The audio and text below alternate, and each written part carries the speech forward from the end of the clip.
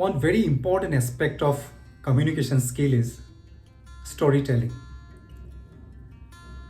I am going to share with you 5 important secrets through which we can become a very good storyteller. First of all, why storytelling is important?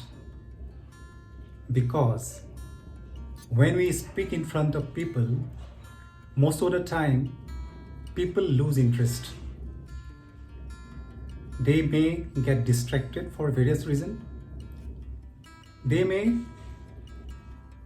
underestimate, or they may not be present on the current scene what we are creating. For those reasons, they may not give proper attention to what we are talking. In order to create a good connectivity and make the story very interesting, we have to understand the structure of the storytelling process. The structure includes problem. First of all, we have to grab the problem. We have to explain the problem first, and next is the reason behind it, why that problem is occurring. And the third one, we have to bring a solution out of that. And finally, the result, the outcome of that whole story. I'm going to share with you 5 secrets through which you can become a very good storyteller. First of all, focus on the visual. How we can focus on the visual? That means whomever is listening to us, we have to create a visual in their mind. Like if we are describing a story about Ramayana to somebody, so we have to talk about Hanuman while he was going to lift a mountain in his hand. We have to describe in such a way that he was lifting the mountain in his hand, the green mountain, very big. And while he lifted, the earth was shaking because the mountain was separated from the earth. Then he lifted with his all strength and he held it on his right hand, and he was flying on the sky, and he was moving around the clouds, and finally he reaches near to Ram. This is just an example I am giving. So the listener should be able to visualize. We should not give any data or statistics while we talk. The visual is very important. And while we give the visual, we have to maintain our body language, our tonality, and our facial expressions so that the person can create a good image of the story. The second important point is arouse emotions. If we just talk about plain vanilla thing in front of the audience, they may not like it. They will lose interest.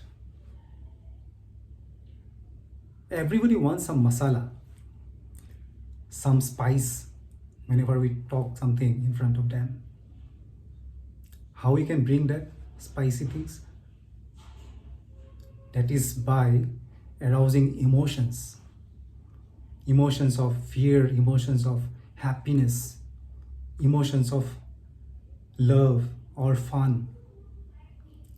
How we can create an emotion? By our tonality or body language. We should have proper control on our voice modulation. We should have full energy while we are talking. If you are saying, my head is not keeping well, I have a headache, then nobody will relate. Instead, if you say, I had a terrible headache yesterday, I could not sleep properly, so that will make some impact. So emotions we can bring by becoming a very good actor. We should be animated. We should be a different person than we speak with our family and friends. While we speak in front of many people on the stage or in front of some seminar. So we have to become a very good actor. Then we can arouse emotions. The third point is creating suspense. How we can create suspense? By, again, controlling our voice tonality and describing the situation in such a way that we can increase our voice sometime and reduce. Like giving an example, at the midnight there was a black colored taxi. It stopped in midst of a road, and from the taxi one lady came out with a white dress, and she was asking for help. She was running on the street, and behind her, the person who was driving the car was following her. And towards the edge of the road, there was a person standing with a blanket. This is just an example I am telling. So we can create suspense in such a way that the listener will get engaged. That is called cliffhanger, and this is used in most of the movies. And the fourth important point is tonality. As I mentioned, tonality can be controlled through our voice modulation, controlling our energy level, and volume. We should raise our volume in some time or reduce our volume depending on the situation.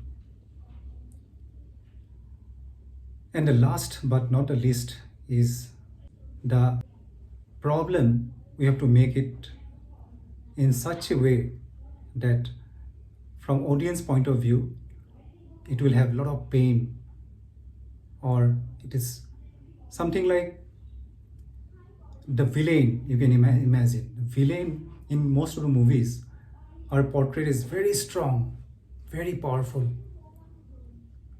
because finally when the hero defeat the villain, then he will get all the credits. So stronger the pain, sweeter the gain. And we have to make a happy ending of the story by this particular trick. So these are the 5 secrets I'm sharing with you, through which we can improve the quality of storytelling and we can become a very good communicator.